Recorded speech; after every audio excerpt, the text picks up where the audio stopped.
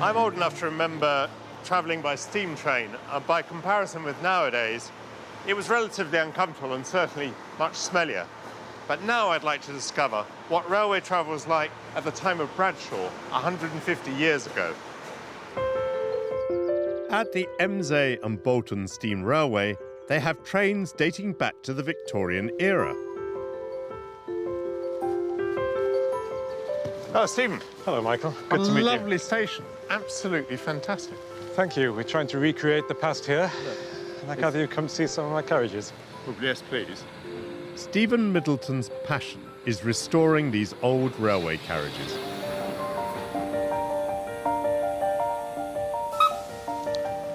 Which one will we be travelling in? We'll be travelling this Great North of Scotland coach. It's a first third, and I think it's everyone's favourite. It's absolutely beautiful. Do have a look in.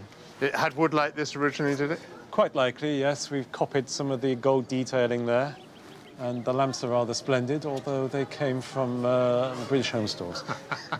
But they would have been similar in design, wouldn't they? Very similar, yes. Oh, a few people can recall how to operate these. Oh, no, I recalled. You position that there, That's and right. then it stops it. Yep. You pull the strap and up it goes. And then, oh, you pull the strap and up Yep. it goes. Oh, I wasn't remembering perfectly then. That's it, and you can control your ventilation. The only problem was these used to get stolen, these straps. I gather the old-fashioned cutthroat razors could be sharpened on them. Well, thank you very much. Lovely.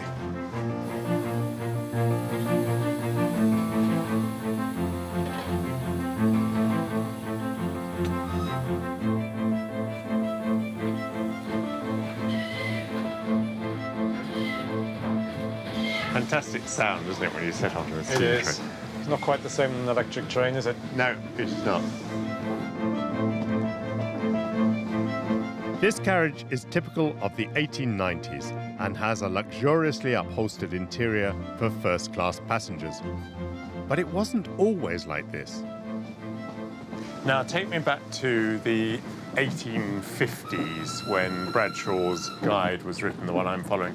I think the 1850s, the passengers then may have been grateful to have a shelter over their heads. Yes. Because a lot of them would have experienced the 1840s riding in open wagons. In open wagons, yeah. Because clearly the railways thought, we get more money transporting coal, we get more money transporting cattle, so they put as many of the third-class passengers into an open wagon with benches in as possible.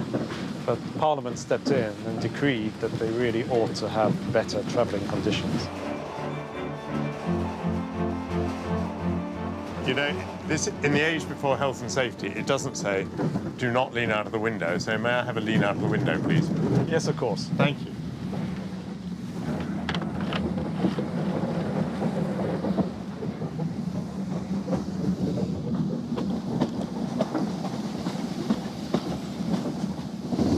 It's a great feeling, the smoke pouring down the line. Magic.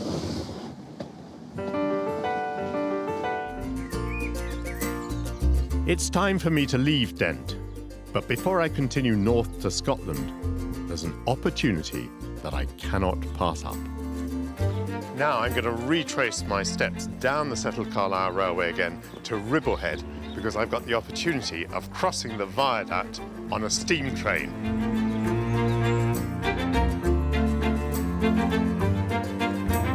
Every week during the summer, a steam train called the Fellsman powers over the Yorkshire moors. I'll catch the 11:20 to ride just one stop to Garsdale. Just now I think I've heard for the first time the sound of the engine approaching. The sound just is drifting occasionally on the wind, but I think it is unmistakably the sound of an engine pulling the train up this very steep incline into Ribblehead Station. Reminds me of the Thomas the Tank Engine books, where the train goes up the hill. I think I can, I think I can, I think I can, I think I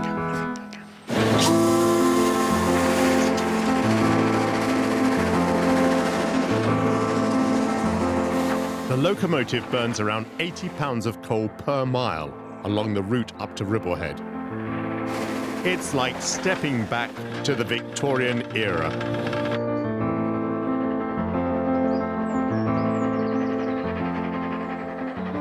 it's thundering towards us. The landscape has now been obliterated by the smoke of the engine. And now, at last, here comes the locomotive itself. Masses of black and grey smoke billowing out of it. It's a fantastic sight. And now, steam appearing at the level of the wheels as the train begins to brake, coming into our station.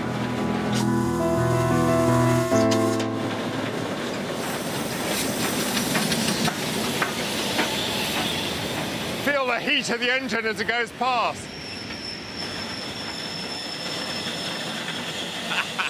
Lovely to see you. Good morning. Good morning. Jump on here and then just go to the left. Thank you.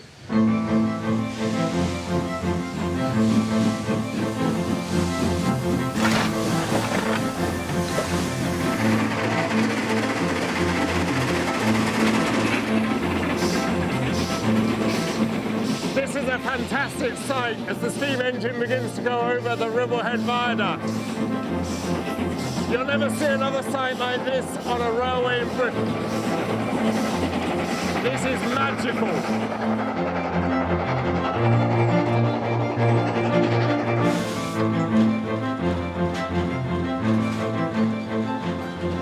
The valleys are full of people waving at the train, photographing the train.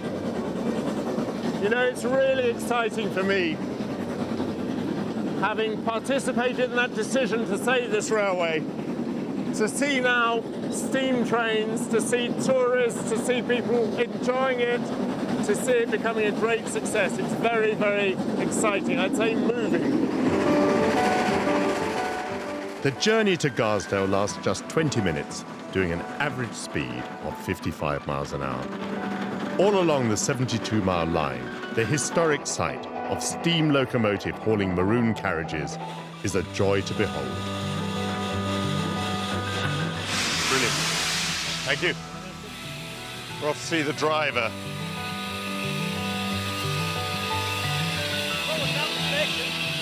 That was one of the great thrills of my life. Thank you very much indeed. Thank you very much. Absolutely fantastic.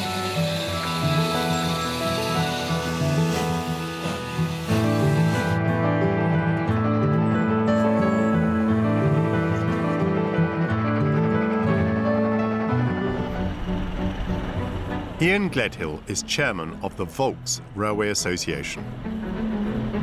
Hello, Ian. Hello, Michael. Nice to meet you. Mike Portillo. Now, Volks Electric Yes. Railway, 1883. So who was Volk?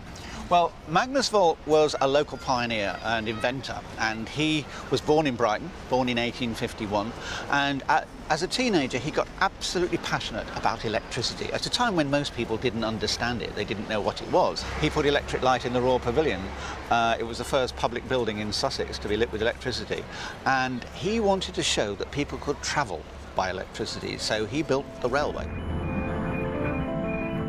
Volk copied the idea from Germany, where the first electric railway had opened in Berlin in 1879. He wanted to give the people of Brighton a taste of the future. I mean, we now think of this as a tourist attraction, but actually then, Volk built it as a kind of industrial demonstration project, show what electricity could do. Absolutely, that's what he wanted to show. He knew that electricity was the coming thing, so he wanted to show that it would work. And once people got used to it, they were a bit frightened of it at first, but once they got used to it, they flocked to it. Before long, the line carried 19th century tourists along the seafront. Travelling at about 6 miles an hour, there were stops at the aquarium and the chain pier. Some landmarks have changed, but the rolling stock hasn't. All our cars, except one, are over 100 years old. That is amazing. Is it a big task to keep them going? It is, because the electric motors are the originals, so they are 100 years old as well. That's amazing. Our national passion for historic railways is so great that it affects even celebrities. So, driver, Yes, you're Nicholas Owen, aren't you? I am. Yes. What are you doing here then? Well, I love railways, and I'm one of those very unusual railway enthusiasts. I like electric railways. So when I was asked a couple of years ago to come and declare this the 125th anniversary, I think it's on my chest there, Yeah. I said I'll come as long as I can look at the railway properly, understand it, and they said, well, would you like to be a volunteer? Would you like to perhaps drive? And I've driven a few trains in my life, and this was just irresistible. How fantastic. A schoolboy's dream come true. Yeah, absolutely. Your Thank secret you. is safe with me. Yes, I fear not. I'm now headed for a place that George Bradshaw would have found very exciting, towards the 22 miles of track that he says are memorable as being the first locomotive rail in England, and he might have added, or anywhere else in the world. Built between 1821 and 1825 by George Stephenson, I'm headed for the highly historic Darlington to Stockton Railway.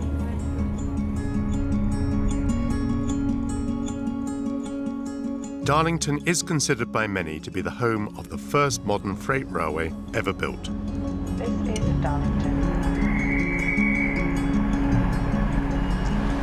It is indeed remarkable to think, moving to think, that in the early 1820s, this was where George Stephenson laid the first iron tracks to take the coal from the collieries of Darlington down to the river at Stockton.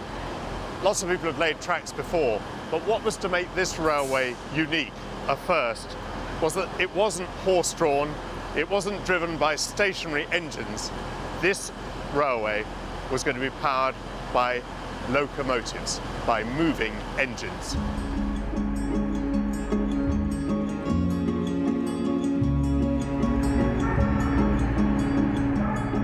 Are you very aware of the history of this place? I know quite a bit of it. I've spent many a year here. I'm in my 32nd year now. I've just started 1978 on the station. The railways here go back even longer than you do, back to 1825. I'm glad to do as well. My 19th century Bradshaw's Guide says this is the first locomotive rail in England. But actually that's to understate it. It's the first locomotive rail in the world. Maybe, but England always comes first, doesn't it? That's a good way of putting it. Okay. Lovely to talk to you. Thank you very much. Okay, thank you. Close by is the resting place of some of the earliest engines, where I'm meeting railway expert Mark Allett. How did it come about that there was a railway between Stockton and Darlington? It was the usual thing around that period. It was the need of industry, the growing industry for coal, and the canals weren't particularly fast at transporting things, and hence the decision was made to build a railway in its place. Initially, it was thought horse-drawn vehicles would ply the new line, but engineer George Stephenson was convinced that steam was the future and devised a new engine called Locomotion No. 1. Locomotion's one of the most important locomotives, the first one to haul passengers on a public railway back in 1825, so it really is the grandfather of all the railways that we've got today. And what we're looking at here, is this a replica of Locomotion? No, it's the real engine, and it's been preserved since 1841, so isn't it fascinating to think that even when that was only 16 years old, people had realised the important part that that engine had played in history. It's in the most beautiful condition. It really is, isn't it? Am I allowed to? I think you are, absolutely. It's quite thrilling, actually. Although the new railway was designed for freight, it soon began to take passengers too, who were doubtless also thrilled, even though the first train took over 2 hours to travel just 12 miles.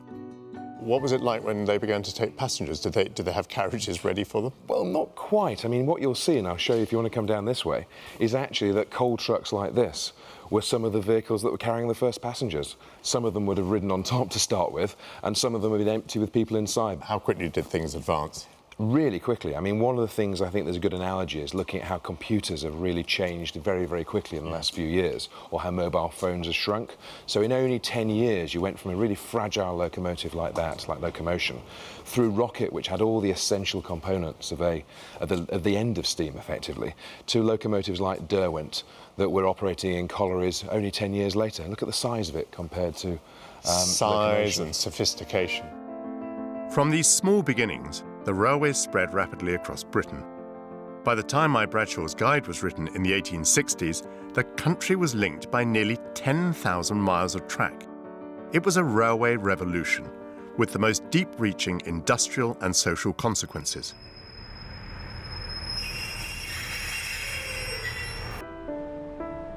I must be on my way, and I shall board the train at Gromont, just outside Whitby.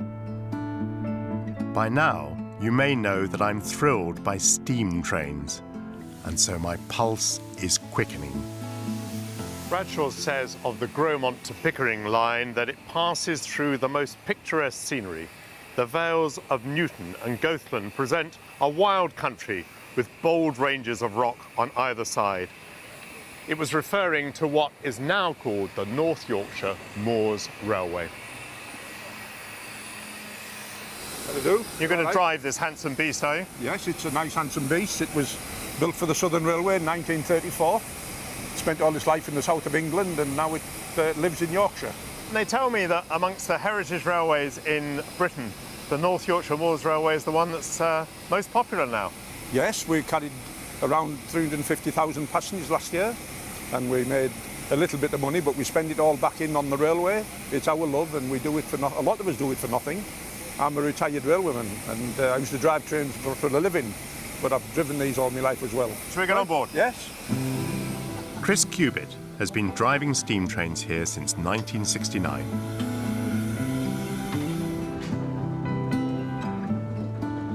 Once we've got her up and running on her feet, we'll put it across and she'll just romp up the hill. Right. Meanwhile, Harry is shoveling the coal in. Thank you. Lovely heat, isn't it? Wow. It's going to get a lot hotter than that. It's going to get hotter. Yes, okay. About 3,000 degrees. 3,000 degrees in there.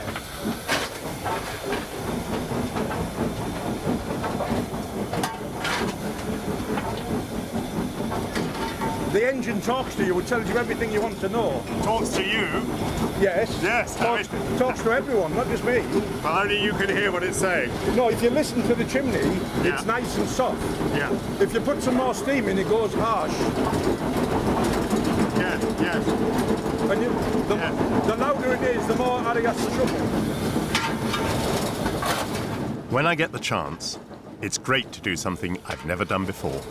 The heat from the boiler is intense, and the coal is heavy, and the locomotive is very hungry, very demanding of coal. And I have a lot of admiration for Harry, because it's very hard work. Hard work. Hard work. And you've got to get it right to the front as well. Oh, right. I'll leave that bit to you.